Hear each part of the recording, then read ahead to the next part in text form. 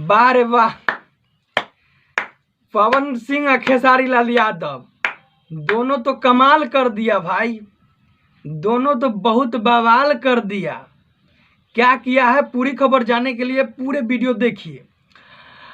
कल अवार्ड था, यानी कि क्या अवार्ड था हम बता, भोजपुरी आइकन अवार्ड, जिसमें भोजपुरी के तमाम कलाकार रवि किशन, पवन सिंह, खेसारी लाल यादव, यानी कि तमाम हीरो हीरोइन, एक्ट्रेस दोनों पहुंचे हुए थे। हुआ क्या, दोनों जो पवन सिंह और खेसारी लाल का विवाद था वो दोनों सराहनीय था।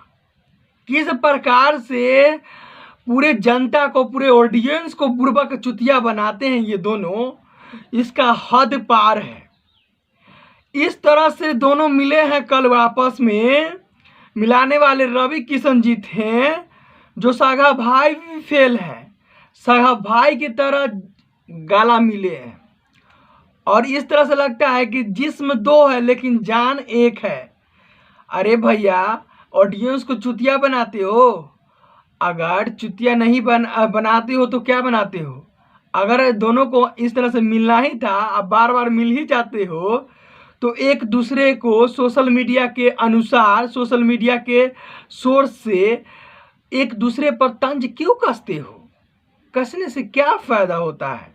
इसमें भोजपुरी का कभी नाम खराब करते हो, फिर तुम दोनों आपस में ठीक रहते हो, तुम दोनों आपस में सही सलामत रहते हो, लेकिन पूरे भोजपुरी को बदनाम करते हो। इस प्रकार से हुआ क्या पूरी मामला जानिए। रवि किशन जी बीच में थे, एक साइड पवन सिंह, एक साइड खेसारी लाल यादव, दोनों को हाथ रवि किशन जी धरे हुए थे। पवन सिंह के हाथ में माइक था, खेसारी लाल के हाथ में माइक था, लेकिन उसमें माइक का आवाज नहीं आ रहा था।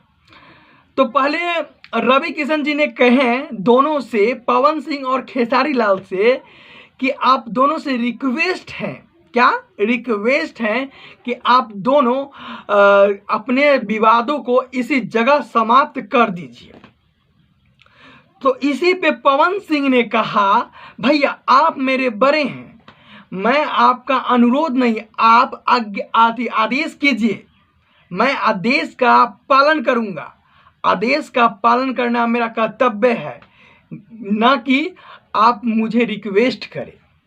इसी पे पवन सिंह, खेसारी लाल का माइक खराब था, इसी पे रवि किशन जाकर माइक, जो साउंड क्लैप्स होता है, साउंड सेक्शन होता है, वहां से माइक लाने के लिए चल गए।